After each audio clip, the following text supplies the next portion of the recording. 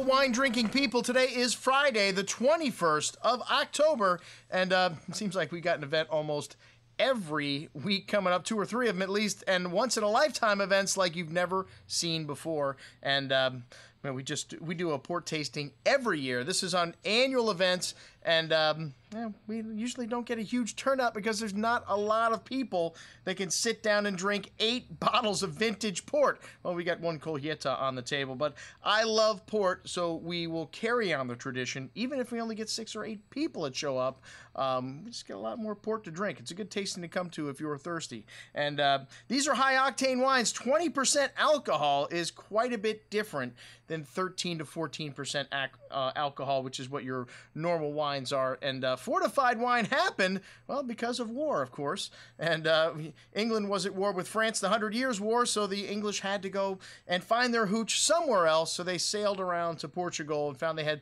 pretty decent wine there. But by the time they got it back to England, it wasn't quite as good as it was when it left.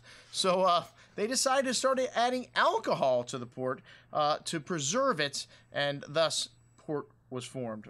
Vintage port is something that they make every year. It's a blend, and usually it's 5 to 6 years aged in wood and then released, and it's very inexpensive, ready to drink on release.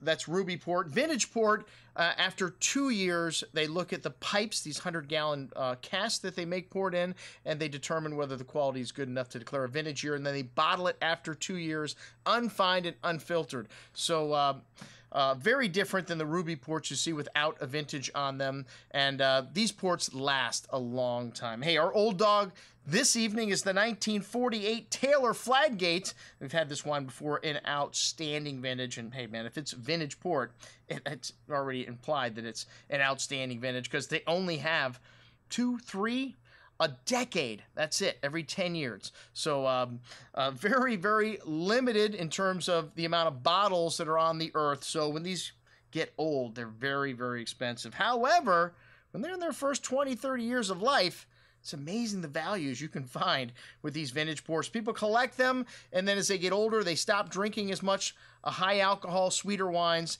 and then they dump them. And we have got an incredible collection of vintage port in the store. Many of these bottles cheaper than the price of the current release. You don't want to buy green bananas. If you like vintage port, you want to shop for 20, 30-year-old wines like the 97s on this offer, starting to drink nicely right now. The 94s, beautiful, but like I said, man, you can keep these wines 20 or 30 years or more after that.